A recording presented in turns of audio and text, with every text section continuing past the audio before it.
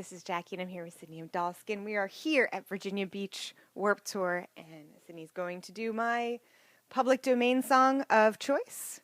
Here we go. I'm going to be singing the medley called Kookaburra. I don't know all the lyrics, so I'm just going to be looking at the lyric sheet. All right. Kookaburra sits in the old gum tree, Mary, Mary, king of the bushes, he laugh, Kookaburra laugh, Kookaburra gay a life must be.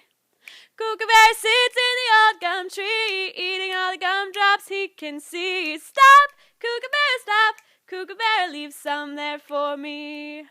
Kookaburra sits in the old gum tree, counting all the monkeys he can see. Stop, Kookaburra, stop, Kookaburra, that's no monkey, that's me. It was really good. Thank you. So we're here at Warped Tour. Definitely not the music you'll really see on stage, but we got to spice things up. How do you go about choosing your set list for Warped Tour?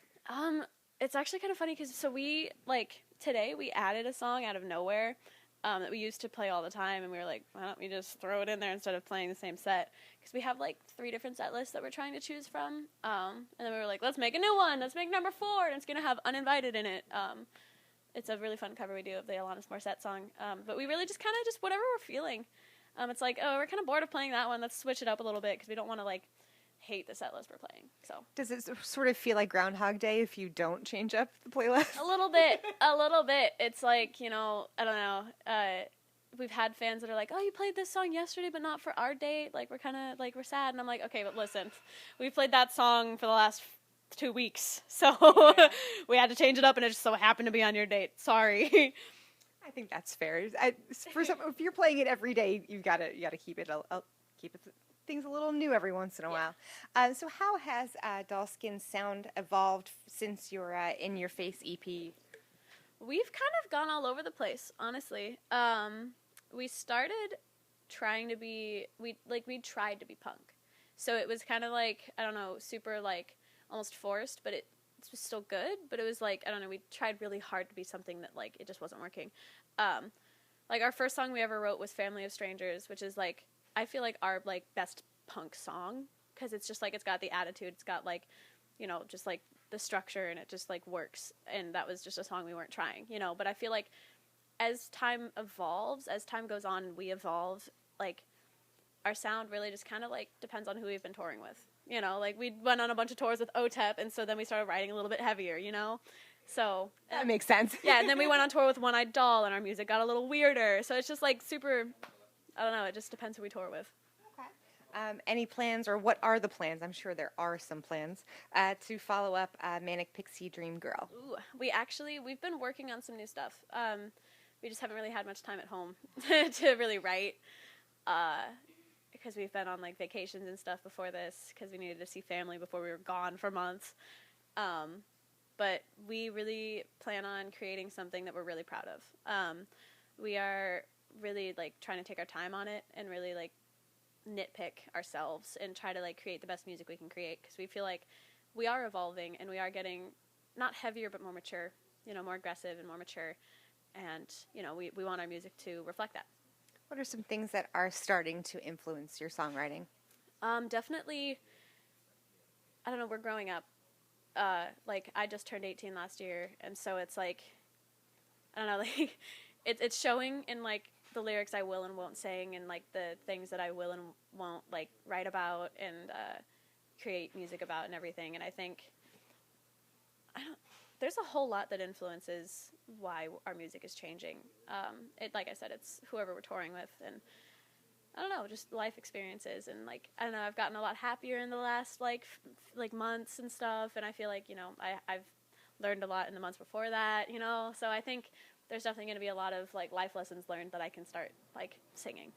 And with new music, not right on tap, but in the near future, what role do you see Spotify having with new music coming out? I think Spotify is a great place for people to discover, and I think it's a great place to promote. I've accepted the fact that I'm not going to make money off of the music I make as a musician, which kind of sucks. Every once in a while we get a quick little 10-cent check from Spotify. But, it's a great place. I think as upsetting that is, I feel like one day it'll change, but for now, it's like really good to help people discover your music, whether it be for free or not. It's a great way to discover. And I think we've had a lot of fans that have discovered us on Spotify because of the Warped playlist and because of other people's playlists and stuff like that. So, you know, it's a love-hate relationship for sure. Would you rather have radio airplay or Spotify streaming success? I personally don't listen to the radio, so I'd rather have Spotify success because I don't know. I think not a lot of people are listening to the radio much anymore. So Spotify, yeah. What role do you see music videos having? Oh, I love music videos. I think music videos are really important to kind of dig deeper into the meaning of songs, and for your fans to see your artistic representation of what those songs mean to you. And I think it's really important for them to be really well thought out and really, like, I don't know, like, worked really hard on. Like, I think our most recent music video, not Persephone, but the one for Daughter, I think it was one of our more important ones because we really, like, paid attention to what was happening in the story and all of that stuff and really tried to make it something that would come off really well. Social media, like I said, is sort of a necessary evil in the music industry. Is there a platform that you tend to gravitate towards that you prefer to use? I love Instagram. I'm on it all the time. I have like 3 accounts. I'm all over the place. I think Instagram I think social media in general is really important to like touch base with your fans and to keep them updated and all that stuff. Social media, like I heard Lauren saying, it's a really interesting place for people to hide behind their keyboards and be anonymous or be, hey, I'm this person and I say this, but they're still behind something, you know. I think social media, as much as it's wonderful and amazing and a really great place to like showcase your art and showcase who you are and what you're making, it's also a really terrible place at the same time. But I think Instagram, I've had a lot of great experiences on Instagram. I've never had any trolls on Instagram, knock on wood. But I think, I don't know, Facebook is Facebook. I'm never on Facebook except for family stuff. So I think Facebook is really a family place. I think that's where it's starting to go. It really is. Like, it's really kind of like becoming obsolete when it comes to like band stuff. Twitter is apparently really big. I'm not on Twitter. I don't know how to work Twitter. I feel like neither does our president. Oh, wait, I'm kidding. Ha ha ha ha. Not wrong. He knows how to use it too well, is I think the truth. Yeah. My parents know how to use Twitter better than I do.